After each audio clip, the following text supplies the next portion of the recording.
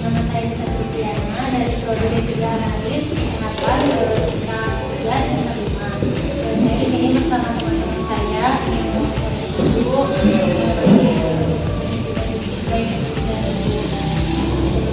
saya di sini bersama Guru Ratna Dewi, Nisa dan teman-teman saya yang juga ada di sini. Untuk memulai, bisakah Guru menceritakan sedikit tentang perjalanan karir hingga bisa mencapai?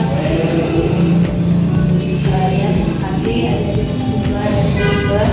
Alhamdulillah, mungkin bukan perjalanan karir ya, karena kalau lurah itu jabatannya ditunjuk dari pemerintah kabupaten. Jadi saya juga dulu pernah jadi staf dulu, jadi posisi di kelurahan Kertasari, terus jadi kasih juga di perusahaan.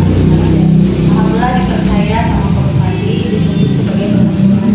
Mungkin itu sedikit perjalanannya ya. Kalau karir mah berjalan aja sih sebenarnya, karena kalau jabatan lurah itu berbeda dengan jabatan kepala desa.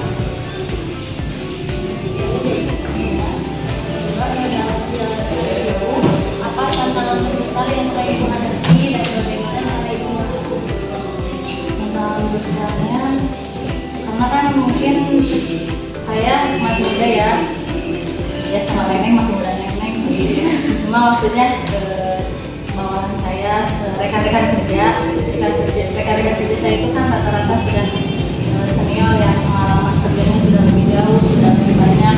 Mungkin saya tantangan terbesarnya itu aja sih sebenarnya, bagaimana bisa menyatukan sih, maksudnya menselaraskan ya apa yang harus dicapai target dari pemerintah kabupaten, khususnya di Kelurahan Megasari, dengan segala keterbatasan saya dan juga menghadapi para rekan-rekan kerja yang sudah senior.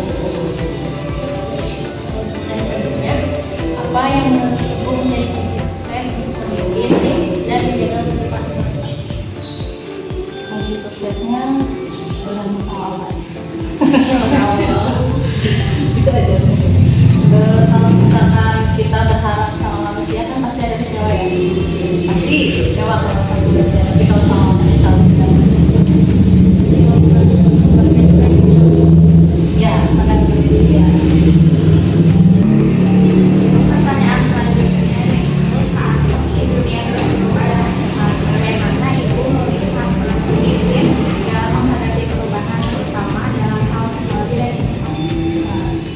Kalau misalkan ya sekarang kan kami serba digital ya, jadi emang kita harus benar-benar melek ikut-ikut. Jadi terkadang kan kalau saya kan mungkin usianya udah dulu kalau kelahiran 80 itu disebutnya milenial ya, kalau sekarang udah Gen Z kan ya.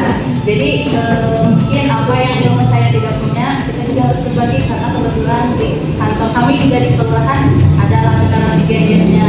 Kita berkolaborasi tuh gimana caranya kita biar tidak ketinggalan zaman. Jadi karena tidak semua ilmu yang udah saya punya saya bisa gitu, tapi ada dari rekan-rekan saya yang ilmunya juga udah ada yang lebih menguasai gitu. Jadi kita berkolaborasi.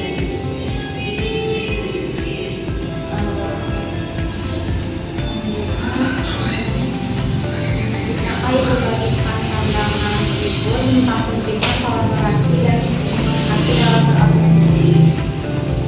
Sebenarnya kalau dalam berorganisasi itu yang penting respect ya. Jadi kalau kita respect sama orang, insya Allah orang respect sama kita. Tapi tergantung juga sih, tergantung orangnya. Kalau misalkan kita udah respect sama orang, terus orang nggak respect sama kita, itulah urusan dia sama Allah ya. Tapi ya itu kembali lagi sih kuncinya, jangan berharap sama manusia. Kita berharap sama Allah aja.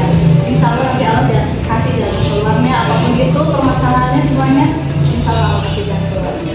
Itu sih kuncinya itu aja. Dan bahagia ya.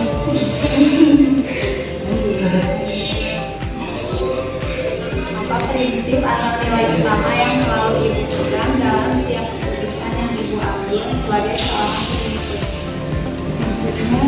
Maksudnya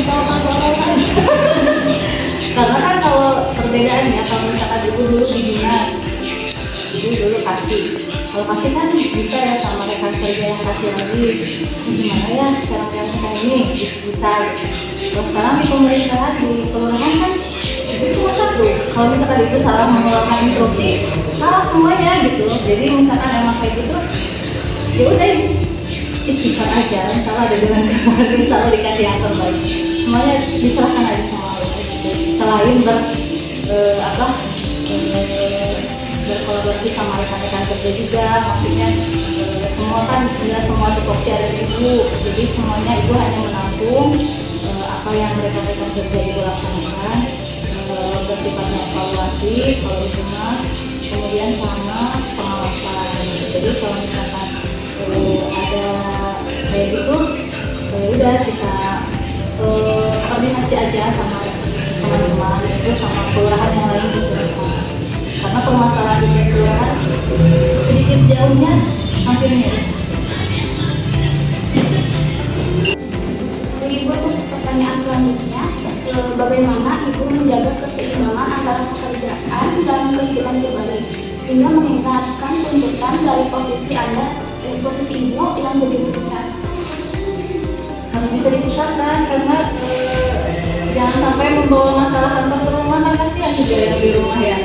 Jadi mungkin gantiannya ya tipsnya, kalau ibu sih ibu pribadi gitu, karena kan ibu kalau ke kantor sama keluarga sama suami, jadi kalau pulang pasti dulu lah di jalan gitu.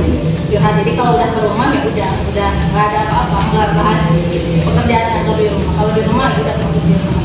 Kalau dari rumah ada ke kantor ya udah fokus di kantor, nggak bawa masalah di rumah ke kantor karena juga bakalan berbeda juga kalau masalah di rumah ke kantor.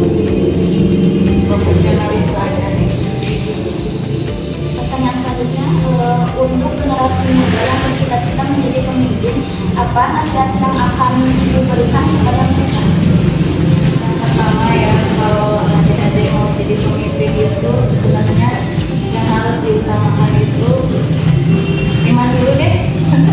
Karena kalau nggak punya iman, aku mudah goyang, nanti agak bingung juga kalau pemimpinnya goyang, ya ke bawahnya mau bagaimana gitu.